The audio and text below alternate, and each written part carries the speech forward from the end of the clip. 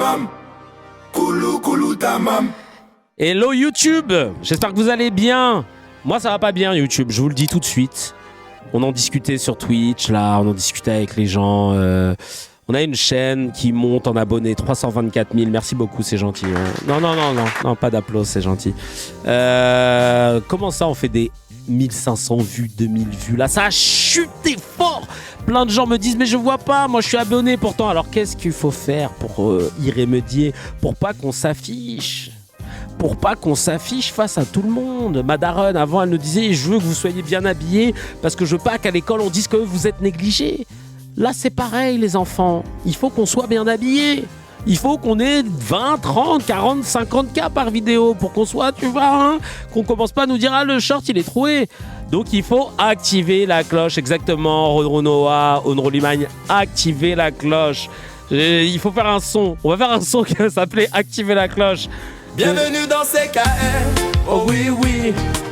Il faut activer la cloche. Ça va péter. Oh oui, oui.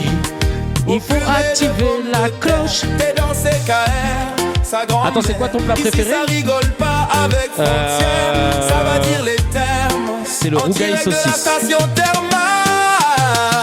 Oh, active la cloche, active la cloche. Je mange. Active la cloche, active la cloche, active la cloche. Au purée de pommes de terre. Activez la cloche, abonnez-vous, regardez au fond de travail comme moi. Allez, c'est bon, là j'ai fait ma petite bail. L'Algérie a été éliminée de la CAN. Ouais, pas facile. Ça fait pas plaisir pour mes DZ, on est ensemble. Bon après voilà, j'ai pas vu le match, mais tout le monde était unanime pour dire bon ben alors le Nigeria était au-dessus et malgré les erreurs d'arbitrage etc. Erreurs d'arbitrage, on peut le pointer du doigt quand c'était serré, mais là ça l'était pas. Néanmoins, j'ai ma pote Tissem qui est franco-algérienne, elle est née là-bas et elle me dit je te jure Kevin. Je sais pas pourquoi on nous aime pas, nous les Algériens. Tout le monde se réjouit lorsqu'on tombe. Pourquoi on a cette image-là? Je lui dis, bah non, dis pas ça et tout. Et je suis tombé sur cette vidéo du Sensei Demo qu'on va regarder ensemble tout de suite. La vidéo du Sensei Demo. Là, le Nigeria a battu l'Algérie. Et le problème, c'est pas que les gens sont heureux parce que le Nigeria a gagné. Les gens, ils sont heureux parce que l'Algérie a perdu. Faut voir dans les commentaires, ça dit bien fait pour eux, il n'y aura pas de voiture brûlée. Ils mélangent tout. Je sais pas comment ça se fait que les gens n'aiment pas l'Algérie comme ça. Alors que l'Algérie, c'est un peuple chill de ouf. Les gens, pour le foot, mélangent tout. Après, j'avoue, l'arbitrage, il n'était pas fou. En tout cas, moi, ce que je souhaite, c'est que le Maroc batte le Nigeria, que nous, le Sénégal, on part en finale et qu'après, il y a une finale Maroc-Sénégal et qu'on gagne la CAN. Ce serait magnifique. Pour moi, c'est le meilleur scénario. Le seul truc qui est dommage aussi, c'est que j'aurais voulu voir le divertissement Maroc contre Algérie. Ça aurait été le divertissement, ça aurait été magnifique. Mais bon, le foot, ça va trop vite. En tout cas, gros respect à mes frères algériens. Vous êtes des kings. Et j'espère que pour la Coupe du Monde, on va aller loin. Sénégal, Maroc, Algérie, j'espère qu'on va aller très loin. Mes frères algériens, les gens, le nom... Tu sais que tu dis, d'ailleurs, là je vois shout-out aux Nigériens qui ont lavé la France sur Lumumba. Oui, c'est vrai qu'il y avait ce fameux supporter congolais qui a été présent, là, qui tenait cette pose-là pendant tous les matchs. Et pour représenter Lumumba... Et qui donc était un homme d'État de la République démocratique du Congo, considéré comme le premier héros national post-indépendance. Et en fait, les Algériens ont rendu hommage à ce supporter. C'est pour vous dire à quel point il y avait de la fraternité. La délégation algérienne, elle a voulu rendre hommage à ce et le rencontrer et tout pour lui dire pour le remercier, pour le shout-out, parce qu'on est ensemble entre Africains. Et donc tu vois, il y a pas de débat. L'Algérie, elle a aucun problème avec ses frères et sœurs des autres pays. Et c'est vrai qu'on tombe très facilement sur l'Algérie. Même le frère de Just Riyad, Miskin, il était triste pour les Algériens, regardez. On a perdu, certes. Ok, on a perdu contre le Nigeria, a bien joué à eux. Mais pourquoi tout le monde nous tombe dessus, là? Pourquoi on nous aime pas comme ça? Pourquoi tout le monde parle de nous, Zahma? J'ai pas compris. J'ai juste l'impression que les gens ils sont contents que l'Algérie est perdue. Pas que le Nigeria a gagné, que l'Algérie est perdue. C'est ça en fait, j'ai l'impression. Tout le monde est contre nous. Tu vois sur Twitter, TikTok, Insta, tout. Je reçois des messages, tout le monde m'envoie des messages, frère. Moi je m'en foutais quand les autres équipes perdaient. Mais pourquoi quand c'est nous, ça prend une ampleur comme ça, tout le monde parle. Pourtant nous on a un peuple gentil, on a un bon peuple. Pourquoi les gens ils parlent comme si on était des méchants? Wesh, je comprends pas. On est là, on joue au foot de notre côté, on parle pas trop, on respecte les autres équipes et tout, et au final, Théma commence à nous parler, Théma commence à nous respecte pas, frère. C'est n'importe quoi, ça. Et peut-être que il y a aussi des abrutis, comme Ben le Patriote, dont même les fachos ne veulent pas, qui mettent de l'huile sur le feu pour alimenter les clichés autour des Algériens. Regardez. Alors lui, ce mec, je comprends pas, hein, énigme. Il a voulu se mettre les patriotes, mais tu feras jamais partie de la famille, chacun. Algérie. Pourquoi à chaque fois que l'Algérie elle perd, on dirait que l'Afrique elle gagne? Pourquoi tout le monde est content quand l'Algérie... Il y en a, ils sont plus contents pour la défaite de l'Algérie que pour leur victoire. Mais pourquoi? Pourquoi?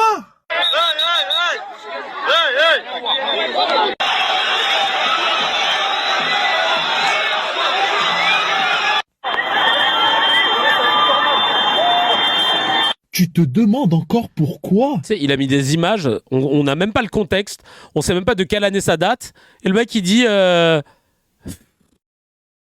Tout le monde déteste l'Algérie. Parce qu'on n'est pas éduqué, parce qu'on est de mauvaise foi, parce qu'il y a trop de fierté, parce qu'il y a trop de sauvagerie, parce qu'il y a de la débilité, de la folie, de la violence, du non-respect, de la moquerie, de l'insolence, de l'ingratitude, de l'effet de groupe négatif. Vous avez juste pas vu toutes les images. C'est-à-dire que je peux même pas mettre toutes les images du match. Et ne dites pas les médias n'en ont même pas parlé. Il y a eu plein de pays africains qui se sont fait sortir de la CAN. Il n'y a pas eu ces scandales-là. Il y a un moment, quand tu perds, tu te la boucles, tu rentres chez toi. Alors, on se pose plus de la question de pourquoi tout le monde déteste les Algériens. Il y a une moitié des Français d'origine algérienne et des Algériens qui sont extraordinaires et l'autre moitié qui est toute pourrie. Ton décompte là de la proportion de la moitié d'Algériens qui est super et de l'autre qui l'est moins, c'est sorti d'où? Quel chiffre? N'importe quoi, putain. Et on nous met tous dans le même sac. Normal. La moitié, c'est quand même beaucoup. Mais la moitié de quoi? Chacal, tu le sors d'où ton truc? Tu le sors d'où? Ton constat de la moitié, c'est quand même beaucoup. T'es l'INSEE? T'es qui, toi? T'as un institut chez Watt, là? T'es là, peut-être? Dans la voiture? Si, dans le coffre de la voiture de société? Il y a un institut de sondage en Polly Pocket, peut-être? Non, mais vraiment, c'est quoi? Ça, c'est source ou quoi? Frère, source au pif ou IFIAC? Mon frère. Donc vous n'avez pas fini de détester les Algériens et les Français d'origine algérienne, malheureusement, tant que cette mentalité-là de sauvagerie perdurera. De sauvage. Mais toi, t'es qu'un putain de collabo. T'as été lavé dans ton cerveau avec de la pisse et du vinaigre balsamique. C'est pas possible, quand même. Oh, Astaghfirullah ya Rabbi, c'est un truc de ouf. Comment il est matrixé, le frérot. Incroyable. Et tu crois qu'il va se passer quoi, les gars? Tu seras jamais les potes des racelards, mon frère. Tu seras jamais les potes des patriotes racelards. Ah ouais, lui là, oh là là, get out. T'es malayeuse, c'est du vide derrière là. Là, si tu creuses, il y a un écho, il y a de la réverb carrément. Incroyable. Pour les fachos, il restera toujours un basané, un arabe. Ce sera un arabe. Et tu l'as bien vu lors de ta pseudo-manifestation patriote que tu as voulu lancer. Ils t'ont pas suivi, chacal. Ils t'ont pas suivi. Casse-toi. Oh là là là là. Le ref, là, n'importe quoi. N'importe quoi. Donc voilà un peu qu'on n'est pas trop servi, on va pas se mentir, par tous ces gens. Et ça joue sur, tu vois, la perception du peuple algérien par les autres. Il y a pareil un autre mec qui s'appelle Grizzle français, je connais pas. Le gars s'est pris pour l'INSEE Lohan à la rigueur, la vie de ma mère. L'INSEE Davenport. On écoute tout de suite Grise le français. C'est parti, on écoute tout de suite Grise le français. J'ai mis une petite musique de transition. Toute l'Afrique et tous les Français sont heureux que l'Algérie ait perdu. On voit les vidéos qui tournent, on voit tout le monde heureux que l'Algérie ait perdu. Et c'est vrai que c'est malheureux de se réjouir plus qu'une équipe perd qu'une équipe qui gagne. Eh ben, c'est très simple. Vous êtes les premiers fautifs, les Algériens. Votre comportement. Il n'y a rien d'autre à dire. Votre comportement. Vous avez un comportement au long de l'année qui énerve tout le monde. Vous avez dénigré le Nigeria la veille du match de foot. Et là, vous perdez. Mais si vous ne pensez pas que votre comportement fait du mal à votre image, eh ben, je vais vous faire un petit rappel.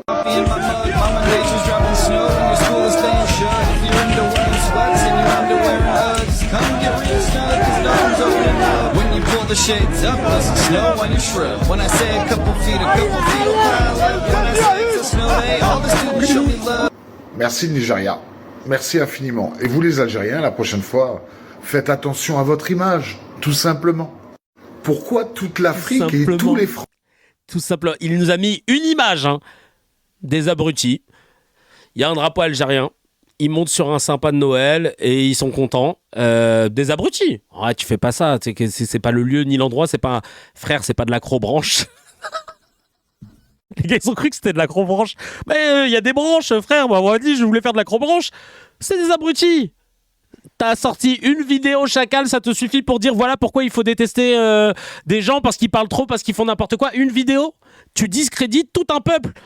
Mon frère, c'est un truc de ouf. N'importe quoi.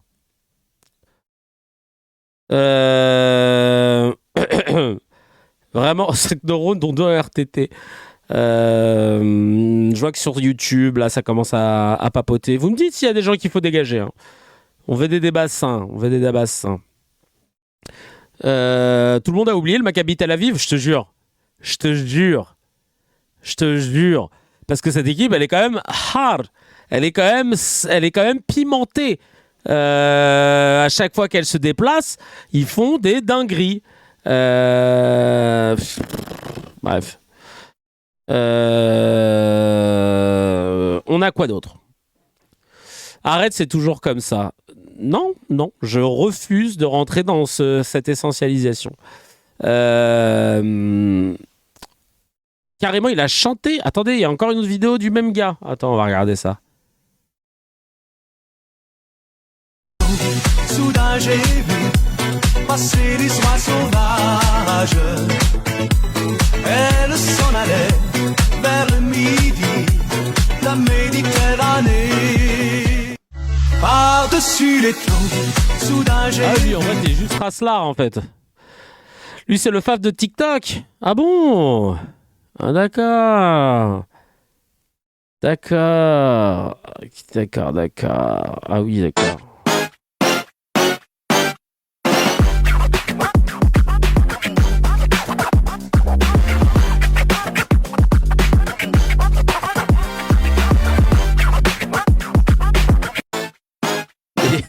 Tu peux pas être ringard comme ça. C'est quoi cette ringarditude? Le mec, il est en 96. Oh là là, il est en 96, mon frère. Oh là là. Oh putain. Oh, putain, ça me tue. Ah, c'est le gars qui met le porc dans le rayon halal. Ah ouais, un génie, super. Oh là, grand chevalier, dis donc. Grand chevalier. Oh putain. Oh, il m'a tué. Attends. Je vais vous montrer, j'ai des potes là sur Insta. Vous avez vu ma story sur Instagram? Je vais vous la balancer. J'ai un pote, il m'a envoyé cette vidéo, il m'a dit ça me fait trop penser à un gars qu'on connaît. Je fais une pause. C'est une pause que je fais par rapport au Raslar là. C'est un serveur qui vient chanter joyeux anniversaire à une nana qui fête son anniversaire. Et tu connais les serveurs qui savent bien chanter, ils veulent trop la ramener, on dirait une scène de sitcom, et tu vois tu vas voir le queumé peut-être le supposé queumé de la meuf qui va le regarder genre. C'est bon, ça va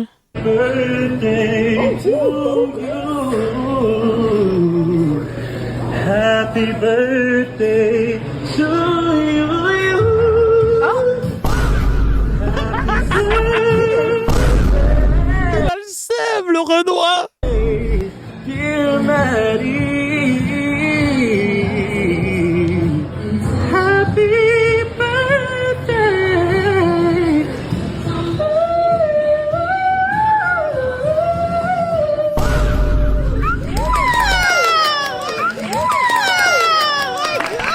Ah mon gars, il a tellement voulu la ramener. Il a tellement voulu la ramener, le bâtard. Ben ouais, mais frérot, doucement un peu aussi là. Ah non, dernière fois qu'il l'invite au resto pour son anniv, l'invite ma mère. Ah, il s'est retourné comme dans The Voice. Elle s'est retournée comme de... Il aurait été en face à face, il aurait marave. Ah, putain, c'est drôle. Putain. Mawel de Aldi, il voit qu'elle kiffe. Définition de péter plus haut que son cul. Ah non, là, il a tué les plans. Oh, ça m'a tué cette vidéo. Je vais la partager à toute la terre. Attends, je vais la partager ici déjà. Et je vais la partager dans mon groupe ici. Voilà. Aucun rapport. Mais Kevin, tu as vu la vidéo de Cyrus Gabi qui parle en partie de toi quand tu présentais le live? On me l'a envoyé, mais je l'ai pas regardé. Bon, parce que j'ai l'habitude, à chaque fois on me parle on me reproche toujours la même chose. Qu'est-ce que tu veux que je te dise? Alors que moi, j'y suis pour rien en vérité. Enfin, j'y suis pour rien. C'est pas moi qui ai créé le live. Fait chier, j'ai la wifi du TGV. Ah merde. Qu'est-ce qu'on a d'autre? Ah, toujours Grizzle. J'ai une autre vidéo raciste du frérot là. Tiens, on va regarder. Et mangeur de halal, là. Ça va? Ça va? Non, parce que votre centre du monde, c'est quoi? C'est votre bouffe ou comment ça se passe? Hein? Venez plutôt à la maison, là. Allez, il y a des bons pieds de porc avec un bon pinard, là. Eh, pieds de porc vinaigrette avec un bon pinard. Allez, on vous attend. Allez, arrêtez avec vos poulets, là. Allez, venez. Oh, les mangeurs de poulet, là. Enfin, les mangeurs de halal, là. Ça va? Ça va? Non. Ouais, ok, Michel Sardou, la vie de ma mère. Franchement, je sais pas. Mais c'est le beauf original. C'est le beauf original, mais les réseaux sociaux, ça donne de la force à tellement tout le monde et n'importe qui, du coup. Laisse tomber. D'ailleurs, là, il y a Charlotte Dornelas qui, sur Europe 1, chaîne de radio, fréquence radio qui appartient à Bolloré, station de radio, pardon, qui a fait une chronique, elle a appelé Foot, l'Algérie qui gagne, la France qui perd. Rien que ça, on va regarder tout de suite ce que cet individu a raconté. Ça ne marche pas, alors je fais comme ça. 7h, 9h, Europe 1 matin. Et place à votre signature Europe 1 du jeudi. Bonjour Charlotte Dornelas. Bonjour Dimitri, bonjour à tous. Charlotte, mardi, des débordements ont accompagné la qualification de l'Algérie pour les quarts de finale de la Coupe d'Afrique des Nations. Comment expliquer que ça n'intéresse pas grand monde? Je crois qu'à part CNews, Europe 1 et le JDD, très peu de médias en ont parlé. Oui, il y a eu quelques papiers ici et là, mais c'est sûr, il n'y a pas mort d'homme selon l'expression consacrée. On a vu pire, même bien pire. Ouais, quel débordement déjà.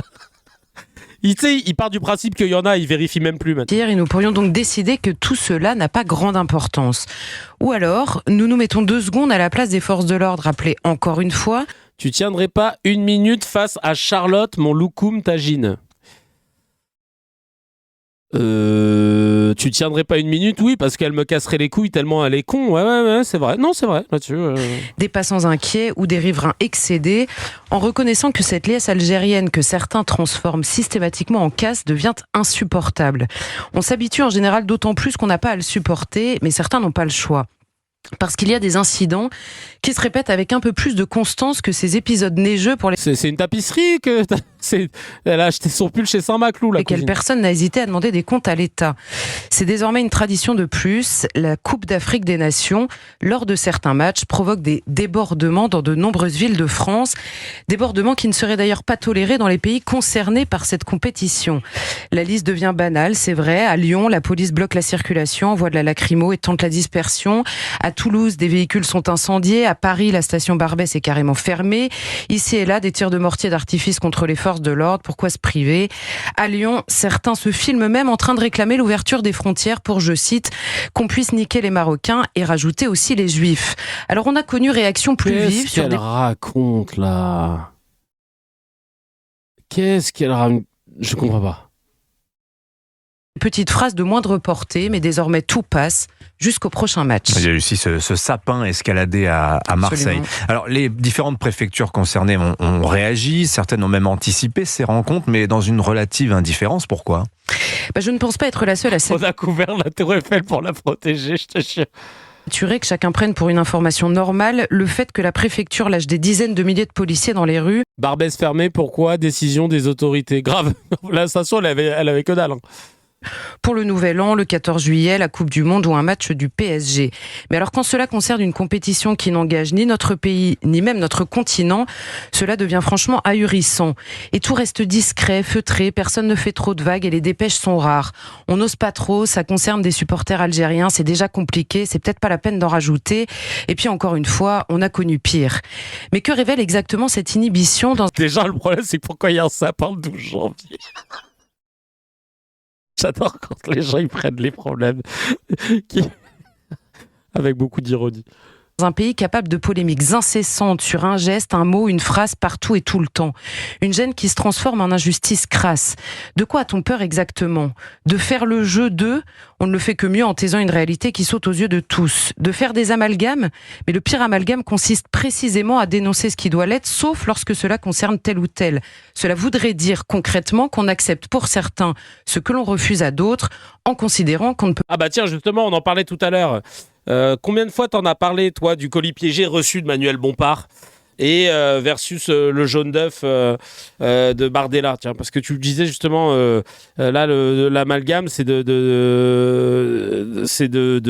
parler d'une chose et pas d'une autre. Bah tiens, en fait, combien de fois vous l'appliquez pas ? Peut pas attendre autre chose en ce qui les concerne. Par peur de jeter de l'huile sur le feu peut-être, mais à force peut-être faudrait-il identifier le feu en question que personne donc ne remette en cause, parce que la situation avec l'Algérie est compliquée sans doute.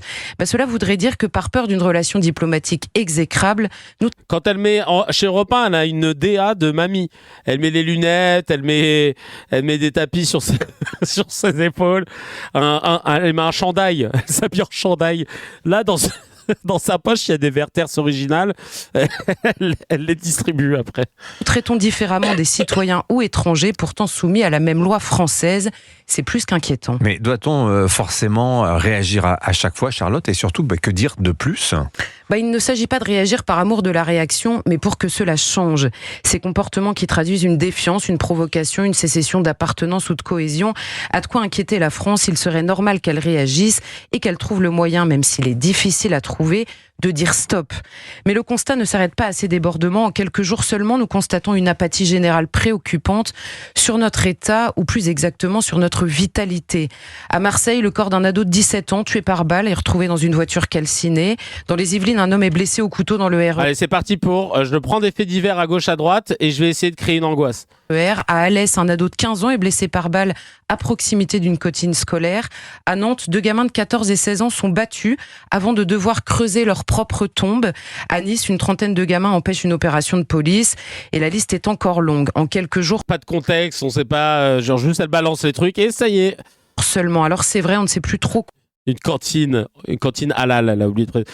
Mais une cantine, je sais pas pourquoi il précisait. se fait tirer dessus à côté d'une cantine. Quoi dire de plus? Faut-il pour autant se taire comme si c'était comme ça, comme si nous n'avions plus le... C'est quoi le lien avec l'Algérie? Merci Sarno. Oui, c'est vrai, parce qu'on avait oublié. Elle a commencé par l'Algérie. Hein. Et vous avez vu comment ensuite elle a foutu tous les trucs en random. Et le tout, c'est une chronique sur l'Algérie. Et pour les gens, tu vois, là, j'ai même pas calculé, mais heureusement que vous êtes là. Et je me suis dit, c'est vrai en plus. Moi, je l'écoute, je rigole, machin. Et au bout d'un moment, en fait, tu dis, attends, c'est une chronique sur l'Algérie. Elle nous a foutu tout un tas de faits divers décontextualisés, en cours d'enquête, on n'en sait rien. C'est du travail, j'allais dire la blague. Mais là, non, justement, c'est du travail de Raslar. C'est leur grand argument, ça aussi. Ils ne feraient pas ça en Algérie ou au Maroc. Ça, c'est évidemment l'argument. Georges Fenech, il y avait eu aussi des incidents et des affrontements lundi soir lorsque le Maroc a joué. On peut se poser la question, pourquoi est-ce qu'il y a toujours des problèmes en France, d'ailleurs? Oui, qu'il y ait une victoire ou une défaite. Oui. Hein. Il se trouve que je me trouvais pendant la CAN Georges Alain de Fenech, c'est parti. Au Maroc. J'ai vu effectivement des stades, j'ai vu énormément de monde, j'ai pas vu un seul incident, quoi. Donc là-bas, que vous soyez au Maroc, que vous soyez en Algérie, oui, c'est un événement joyeux et sportif. C'est un événement sportif. Il n'y a que chez nous, et je dirais même en Europe qu'en France, où l'on voit effectivement ces débordements, qui plus est, qui n'ont aucun sens, puisque... J'aime beaucoup l'anecdote que tu viens de nous dire, la sérendipity. Lorsque les horlogers de la cour de Charlemagne n'ont pas pu récupérer l'horloge, Charlemagne a dit « laissez, c'est du travail d'arabe ». Cette déclaration sous-entendait que seuls les Arabes étaient capables de comprendre et de réparer un tel mécanisme complexe. Aïe, aïe, aïe, aïe, aïe. C'est souvent lors des victoires qu'on s'amuse à casser, à brûler, voilà. Alors c'est le Maccabi Tel Aviv, pour ne citer que, ça, c'est pas un souci. C'est évidemment le signe d'une vraie question de respect du pays dans lequel nous vivons, dans lequel ces jeunes vivent, et qui sont sans doute, qui ont un gros problème d'intégration, il faut le dire, je crois qu'on est obligé de le dire. Il y a un échec de l'intégration. Voilà. Vas-y, allez, casse-toi. Casse-toi, échec de l'intégration, on va tout remettre en cause. Ils n'ont pas su s'intégrer dans un pays raciste, aux relents coloniaux, et après qu'on les ait complètement spoliés. La réalité, c'est que terrible, les matchs en général où l'Algérie est engagée, bien avant, je veux dire, l'état de tension qui est le nôtre entre Alger et Paris, dégénéré déjà. C'est pas une nouveauté, c'est quasiment maintenant un marronnier, et c'est assez récurrent. Ce qui est vrai, c'est que ça intervient dans un climat où la relation diplomatique entre Paris et Alger est particulièrement... Mais quand c'est les hooligans anglais de la LDC qui foutent encore plus la merde, il n'y a pas autant d'émotions de ouf. Conflictuel, je rappelle quand même, il faut le dire, qu'il y a un journaliste sportif français qui a passé Noël en prison, qui vient d'être condamné à 10 ans de prison, lui, par le tribunal 7 ans, excusez-moi, 7 ans de prison, c'est déjà trop. Et Pâques, bien vu, ils commencent tous leur phrase par la vérité, c'est que, et en général, derrière, ils racontent de la merde. Même une journée, c'est déjà trop. Donc, ça veut dire que globalement... Alors après, la question qu'il faut se poser aussi, c'est de savoir si... derrière ces images, il y a une instrumentalisation éventuelle qui peut être faite par le pouvoir algérien qui connaît très bien la société française, forcément, qui connaît très bien la vie politique française, qui connaît très bien nos fragilités et qui a entamé à nouveau un bras de fer avec la France. Je rappelle qu'il y a maintenant 3 jours ou 4 jours, le Parlement algérien vient de voter une loi criminalisant la présence française en Algérie. Oui, bien sûr. Allez, est-ce qu'il y a eu des débordements après la défaite de l'Algérie face au Nigeria en France? Je demande à la Vigie Média. C'est un GPT qui a été fait par un de nos gars sur Brice, un des cracks.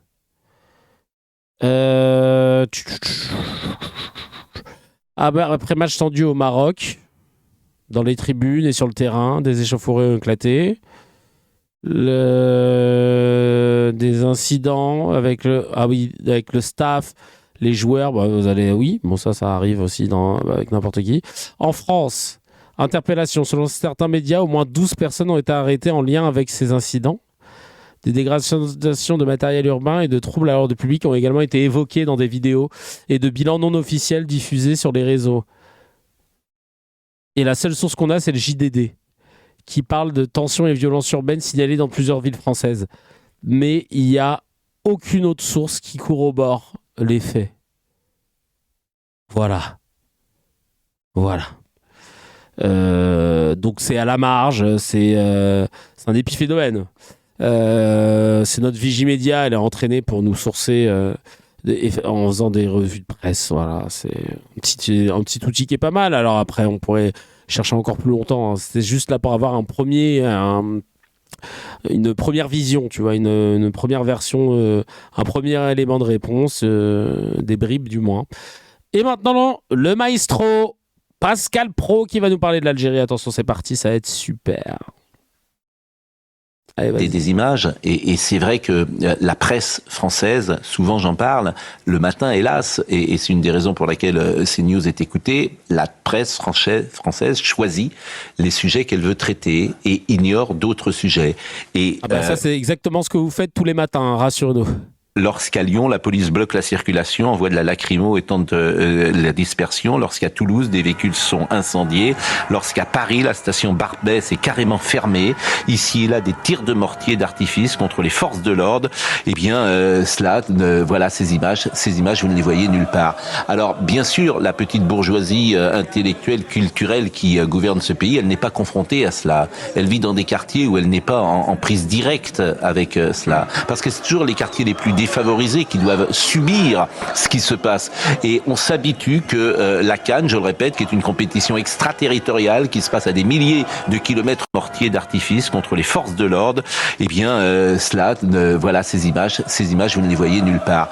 Alors, bien sûr, la petite bourgeoisie intellectuelle, culturelle qui gouverne ce pays, elle n'est pas confrontée à cela. Elle vit dans des quartiers où elle n'est pas en prise directe avec cela. Parce que c'est toujours les quartiers les plus défavorisés qui doivent subir ce qui se passe.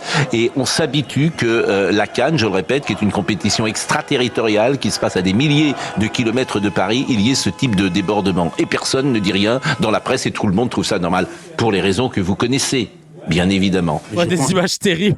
Même qu'il doit y avoir chez les gauchistes une part d'eux-mêmes qui souhaitent que cette joie s'exprime, que c'est tout à fait normal. Parce que juste avant, là, j'avais que des images de liesse, de fêtes...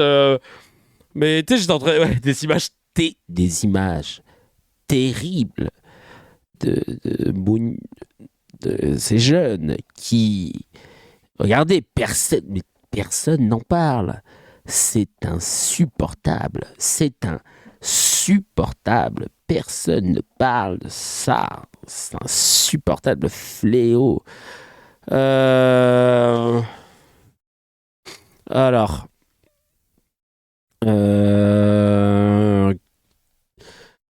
Et pourtant, qu'est-ce qu'on a ? Regardez comment sur Europe 1 ils ont parlé. Attends, j'ai une autre vidéo encore. C'est intéressant de voir comment ils s'amusent à parler un peu de parler de l'Algérie. C'est insupportable. Regardez, c'est insupportable. Et illustration parfois de ce qui se passe bien dans les pays respectifs et un petit peu moins sur le sol français. La France et les mesures de sécurité qui sont renforcées ce soir après le match de la CAN, la finale. Voilà. J'avoue, il a dit ça comme s'il habitait à Bobigny, Pascal Praud. Là, est-ce que la bourgeoisie ne voit pas ? Mais enfoiré, t'habites où, toi ? Enfoiré, il habite dans le 16e ou dans le 7e, là. Ouais. Les quarts de finale plutôt entre l'Algérie et le Nigeria. Alors manifestement, je crois que l'Algérie a perdu des mesures de sécurité. Les Anglais à la fête de la musique, putain, c'est vrai. Renforcées à Paris, à Marseille. Alors ça, c'est toujours fascinant aussi, Antonin André. quand ces pays jouent dans leur pays respectif, eh bien, il n'y a aucun problème. Oui. Mais alors, quand ça se passe en France, on le craint. Hein. La communauté algérienne est l'une des plus importantes communautés en France. Donc, évidemment, chaque défaite ou victoire de l'Algérie suscite parfois des remous et des perturbations. Souhaitons qu'elles soient limitées. Ce soir, et a priori, moi j'aurais davantage craint. Et puis remous et perturbations. Là, je me souviens avoir fait le chemin en 2019. J'ai cru que j'allais pas atteindre mon domicile. J'aurais davantage craint une victoire de l'Algérie en réalité parce que il y aurait eu encore plus de monde dans les rues. Il parle comme si c'était pas des Français aussi. C'est ouf. Hein. C'est ouf. Une fête plus difficile à contrôler aussi. Donc là, évidemment, la défaite de l'Algérie dans une communauté française et dans une communauté en France, dans un contexte dans lequel les tensions sont assez fortes avec l'Algérie, effectivement, il est à craindre qu'il puisse y avoir des incidents.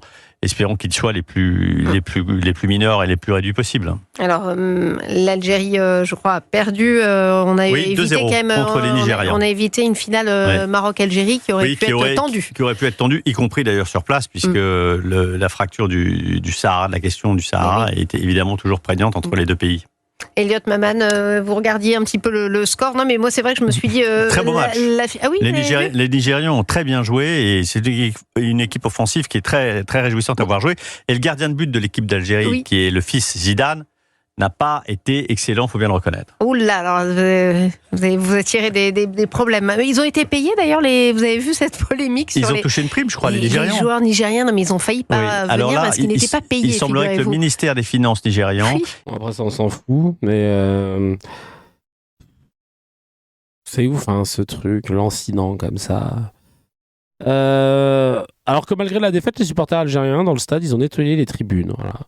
Du stade de Marrakech avant de le quitter, je tenais à le souligner.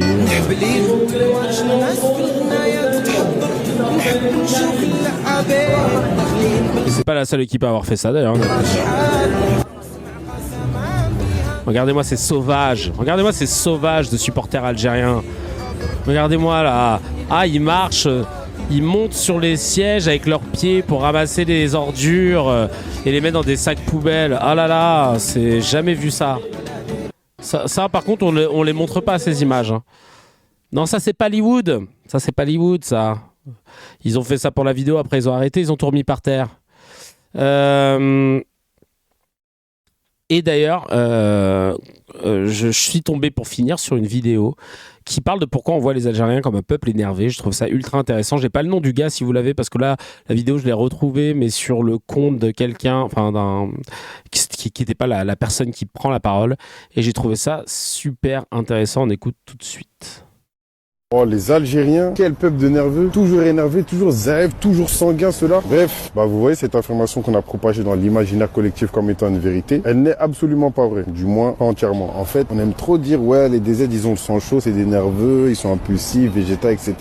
Ce caractère propre aux Algériens, il vient pas de nulle part. Et il s'explique historiquement et sociologiquement. J'ai moi-même été longtemps en accord avec cette vérité, du moins cette idée qu'on a partagée comme étant une vérité alors que pas du tout. Et quand tu t'intéresses à l'histoire de l'Afrique en général, en fait tu peux pas étudier l'histoire de ce continent sans étudier celle de l'Algérie. Cette imagerie qu'on a partagée autour des Algériens, encore une fois, en vérité ce n'est rien d'autre que le résultat et les conséquences d'un héritage colonial marqué par le sang. Quand tu lis Les damnés de la terre de Frantz Fanon, auteur qui a activement participé à la révolution algérienne dans les années 60, qui a elle-même été un des modèles de libération de l'Afrique de manière générale, parce que oui, les Algériens font partie des premiers indépendantistes du continent.